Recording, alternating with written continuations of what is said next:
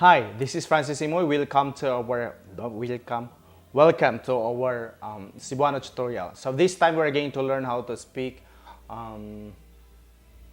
thousands until 10,000. Okay, for 1,000, 1,000, 1,000. Okay, for 1,000 in Cebuano, we are using, if we are going to use the old Cebuano, we can use usa ka libo, duha ka libo, two means duha, libo means 1,000. Again, usa plus libo, which means 1,000, which means 1,000. So you are going to add one, usa, libo, usa ka libo, duha ka libo, tulo ka libo, upat ka libo, lima ka libo, unom ka libo, pito ka libo, walo ka libo, siyam ka libo, pulo ka libo.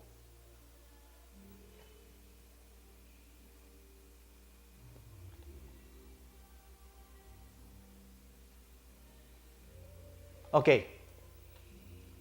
Because we are affected and we are influenced by Spanish. Or Spanish? I don't know. Spanish?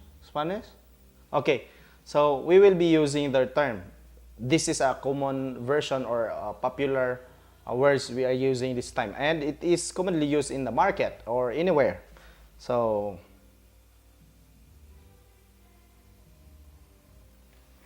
1,000, usa ka libo. And then, 2,000, 2,000. 3,000, 3,000. 4,000, 4,000. 5,000, 5,000. 6,000, 6,000. 7,000, 7,000. 8,000, 8,000. 9,000, 1, 2, 3, 4, 5, 6, 7, 8, 9. Again, 1, 2, 3, 4, 5, 6, 7, 8, 9. 9,000, 9,000. And 10,000, 10,000. Okay, again. 1. Is this 1? 1.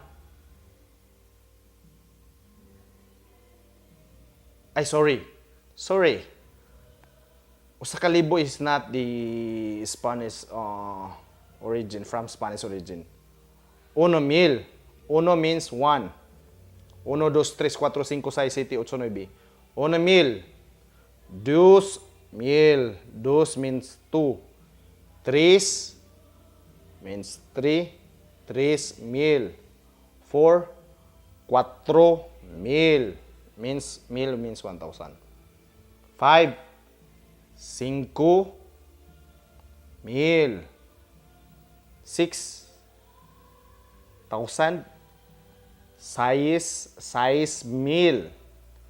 7,000. 7,000. 8,000. 8,000. 9,000.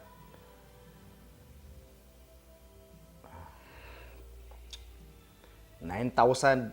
9,000. 10,000. 10,000. I hope those numbers will help you. So, and you will become rich. So that's all for this time. This is Francis Imoy, aka Isco. If you have not subscribed, please click the button below. And if you have comments, suggestions, I want to hear that. If you have something that you want me to discuss and have questions and have in your mind, just don't hit the button, the like button below, and also make your comment so that I'm going to discuss it the next video. Thank you for watching. Bye-bye.